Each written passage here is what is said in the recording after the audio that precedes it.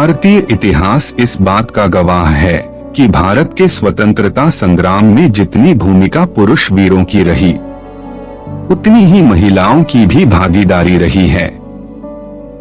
ये सभी भारतीय महिलाओं की शक्ति, साहस और बल का प्रतीक बनकर पूरी दुनिया में उभरी।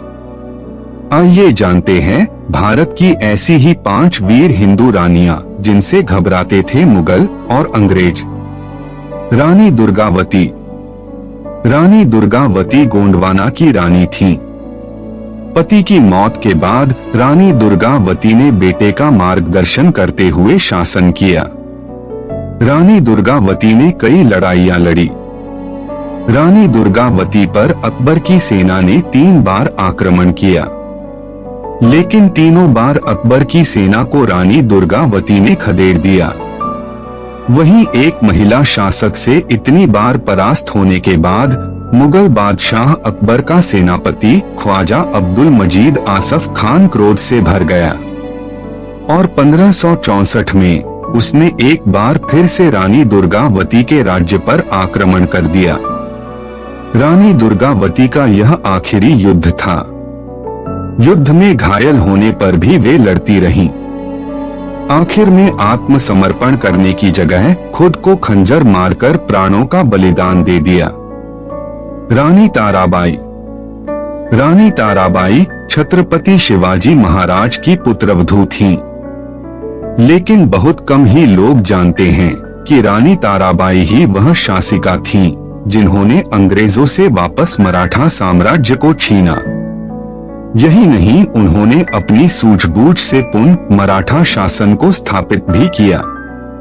साल 1700 में ताराबाई के पति राजाराम का देहांत हो गया। ताराबाई युद्ध नीति के साथ ही अस्त्र शस्त्र चलाने में भी निपुण थीं। उन्होंने मुगलों और उनका साथ देने वाले शाही घरानों के विरुद्ध कई लड़ाइयां लड़ी। औरंगजेब के सेनापति ने 8 सालों तक जिंजी किले पर कब्जा करने की कोशिश की, लेकिन रानी ताराबाई के चलते नहीं कर सका।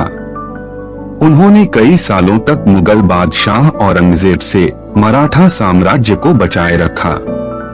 उनके जीते जी औरंगजेब ने अपनी कई कोशिशों को अंजाम दिया, लेकिन मराठा साम्राज्य को कभी भी मुगल साम्राज्य में नहीं मिला पाया।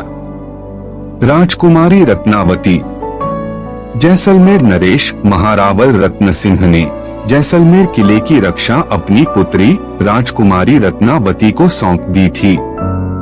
इसी दौरान दिल्ली के बादशाह अलाउद्दीन की सेना ने किले को घेर लिया, जिसका सेनापति मलिक काफूर था।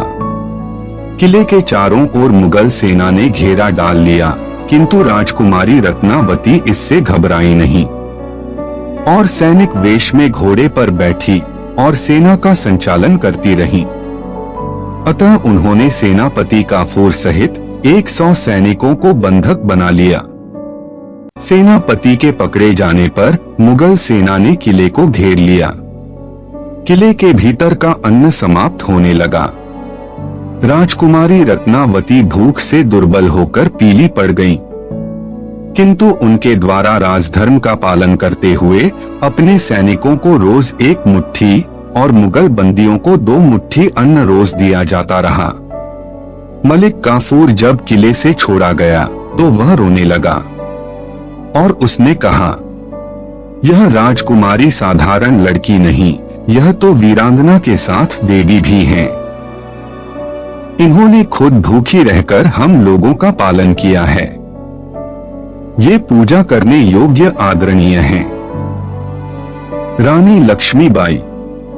झांसी की रानी लक्ष्मीबाई का जन्म 19 नवंबर 1835 को काशी में हुआ था। माता पिता ने उनका नाम मणिकर्णिका रखा।